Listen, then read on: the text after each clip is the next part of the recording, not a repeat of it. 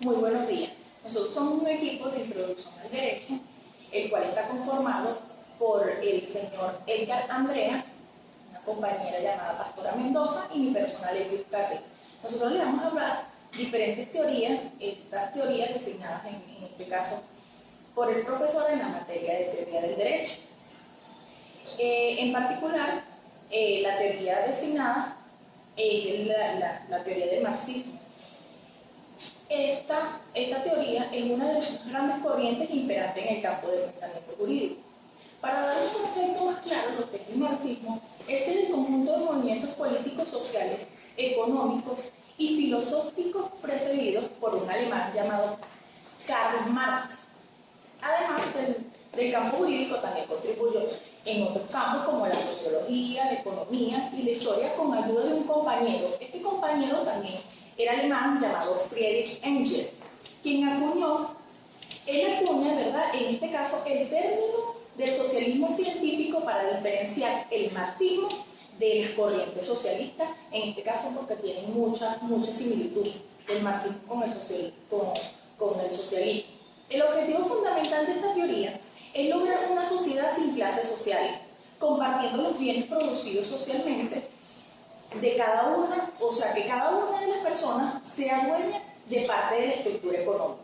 Dentro de las direcciones sociológicas jurídicas del derecho, y siendo de una de las más aceptadas en el pensamiento marxista, ya que aporta un enfoque verdadero sobre la influencia de la economía como base de la sociedad, además regulador del pensamiento y la conducta humana, especialmente en el derecho, encontrando allí reglamentos para proceder en contra de la desigualdad y del poder.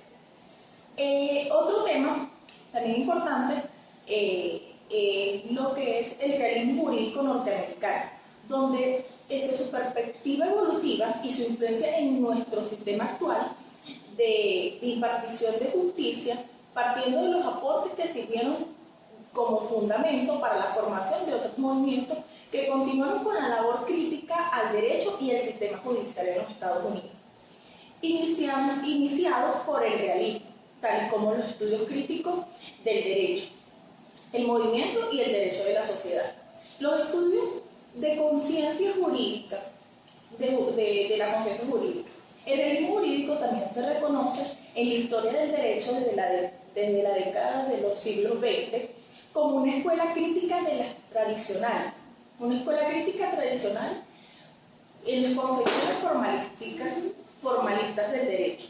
En los principales aportes de los cuales se pretende hacer énfasis en este trabajo como fundamento teórico se encuentra la falsedad de la idea de una total autonomía del derecho, la indeterminación de las normas jurídicas, su posible manipulación en la política, la impotencia del derecho para alcanzar cambios estructurales en la sociedad, así como su imposibilidad de aprender la complejidad social. Bueno, lo continúo con mi compañero Edgar Andrea. Buenos días, continuando con el trabajo de las influencias de las teorías, me corresponde hablarles sobre el sociologismo jurídico sobre el derecho. El sociologismo jurídico es la doctrina que esgrime la tesis de que existen entidades jurídicas factuales, no lingüísticas, de lo cual se infiere que hay entidades jurídicas que hablan de los hechos.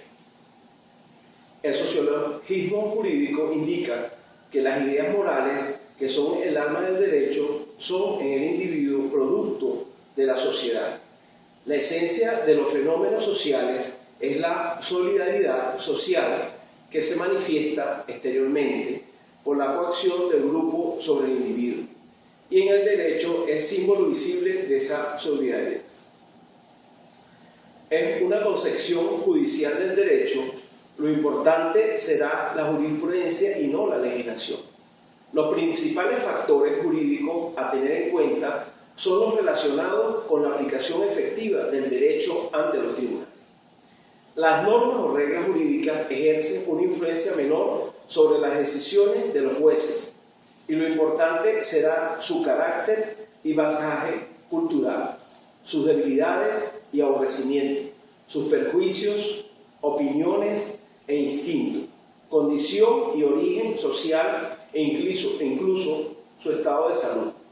Estos factores son los que determinan la solución jurídica de cada caso. Es el juez el único creador del derecho.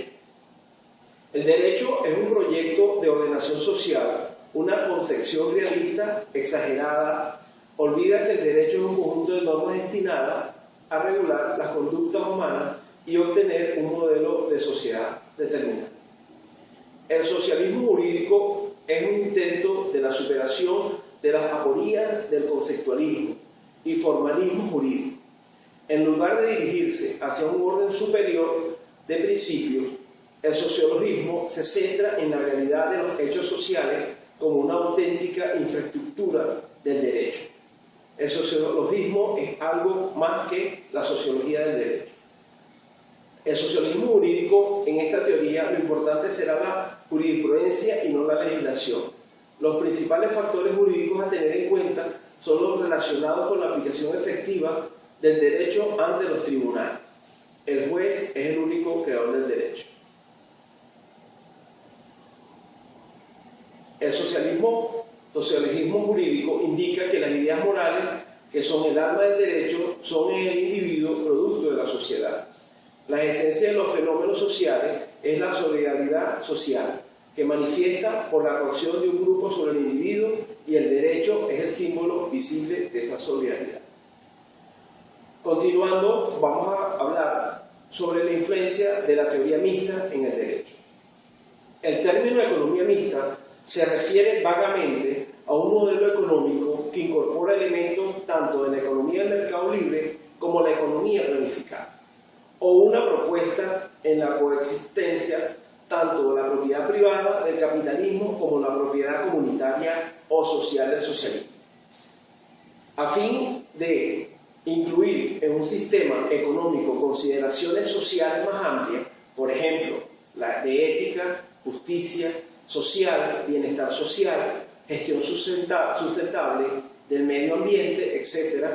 Por otra parte, el término no excedente del debate ni existente de una definición estricta comúnmente aceptada, ya sea en inglés o en castellano.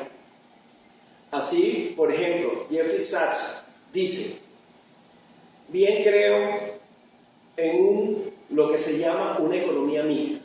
Los mercados y también el gobierno, asumiendo la responsabilidad por el medio ambiente, por los pobres, por la infraestructura, y cuando contemplo cuáles partes del mundo funcionan mejor, me gustaría mucho las economías, por ejemplo, en los países escandinavos, Noruega, Suecia y Dinamarca, donde tienen una economía de mercado privado, pero el gobierno también asume la responsabilidad del sector de la salud, de infraestructura básica o la educación, crea una distribución más equitativa del ingreso y que resuelve mejor los problemas del medio ambiente.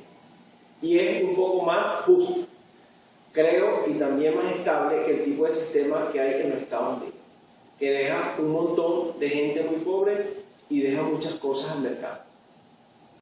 Buenos días, mi nombre es Pastora Mendoza y continuando con las teorías del derecho les voy a hablar sobre el imperialismo. El imperialismo surge a través de una práctica de dominio empleado por las naciones o pueblos poderosos para ampliar o mantener su control e influencia sobre las naciones o pueblos más débiles. El imperialismo ha adoptado diferentes modelos a lo largo de la historia. Sus indicios se evidencian en la Edad Antigua, donde la práctica del imperialismo daba como resultado una serie de grandes imperios que surgían cuando un pueblo representaba una determinada civilización y religión. Intentaba dominar a todos los demás creando un sistema de control unificado. El imperio de Alejandro Magno y el imperio romano son destacados ejemplos de esta modalidad. Luego, en los inicios de la Edad Media moderna, en los años 1400-1750 se caracterizaba por ser una expansión colonial en territorios de ultramar. No se trataba de un país que intentaba unificar el mundo, sino de muchas naciones que competían por establecer su control sobre el sur, el suroeste de Asia y el continente americano. Los sistemas imperialistas se estructuraron de acuerdo con la doctrina del mercantilismo, es decir, que cada metrópoli procuraba controlar el comercio de sus colonias para monopolizar los beneficios A mediados del siglo XIX se adoptó otra forma, el imperialismo del libre cambio, es decir, el poder y la influencia de Europa y sobre todo de Gran Bretaña se materializaban haciendo uso de las vías diplomáticas y los medios económicos, sin seguir los canales anteriores oficiales como es la creación de colonias. Posteriormente, a finales del siglo XIX, después del año 1870, las potencias europeas habían vuelto a practicar el imperialismo consistente en la anexión territorial, expandiéndose como colonia en África, Asia y el Pacífico.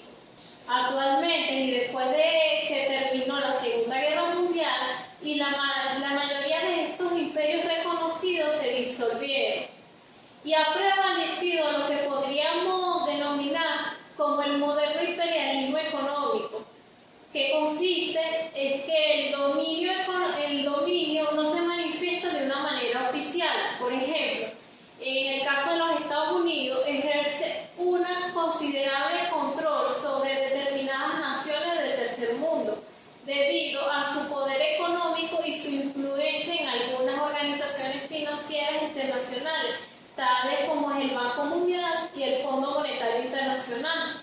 Del mismo modo, las potencias europeas han seguido interviniendo de forma significativa en la vida política y económica de sus antiguas colonias, ya que ejercen la soberanía de una nación sin que exista un gobierno colonial oficial. Asimismo, con respecto a la influencia en el derecho, se debe a los aspectos ideológicos, políticos y económicos correspondientes a la cultura, a sus principios, medios de producción, protecciones arancelarias y colonización del Estado de manera oficial de cada pueblo. Se necesitan para ello parámetros, normas y leyes para llevar un sistema adecuadamente. Por otra parte, también les voy a hablar de la teoría comunista del derecho. Ante todo, tenemos que definir que el comunismo se entiende como una organización social y económica basada en la comunidad de los medios sociales de producción y los bienes con que ellos se producen, mediante la participación directa de sus miembros en un ámbito de vida colectiva. A diferencia con lo que se acontece con el socialismo, el comunismo implica el fin de la especialización de la división del trabajo y del dinero.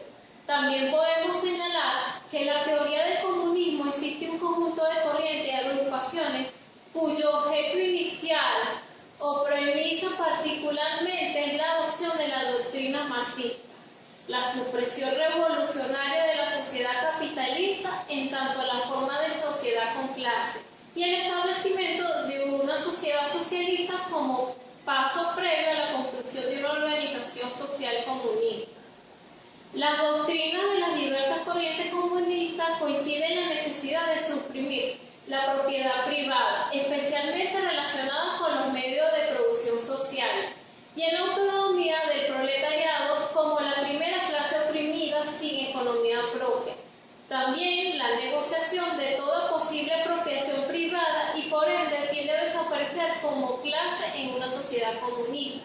En el derecho prevalece la igualdad de condiciones, no hay diferencias en clases sociales, no hay derechos particulares a la propiedad privada, se arraiga de forma más extrema que el socialismo.